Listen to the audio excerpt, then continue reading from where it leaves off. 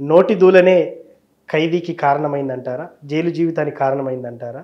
పోసాని మురళీకృష్ణ గత ప్రభుత్వం అధికారంలో ఉన్నప్పుడు విపరీతమైనటువంటి నోరు జారడం, అసభ్య పదజాలంతో మాట్లాడడం, దీని కారణంగానే ఇప్పుడు జైలు జీవితం అనుభవించాల్సిన అవసరం వచ్చిందంటారా? ఎలా చూడొచ్చు ఈ కోణాన్ని మనం?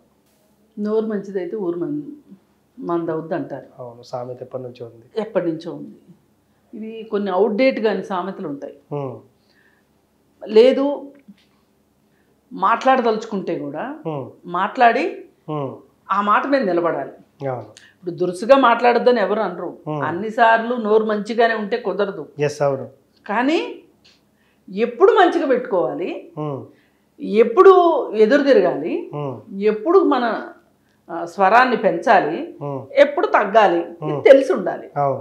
ఇప్పుడు అదే సినిమాలో అన్నట్టు ఎక్కడ తగ్గాలో కాదు ఇక్కడ నెగ్గాలో, ఎక్కడ నెగ్గాలో కాదు ఎక్కడ తగ్గాలో కూడా తెలిసినోడు మావాడు అని చెప్తూ ఉంటారు.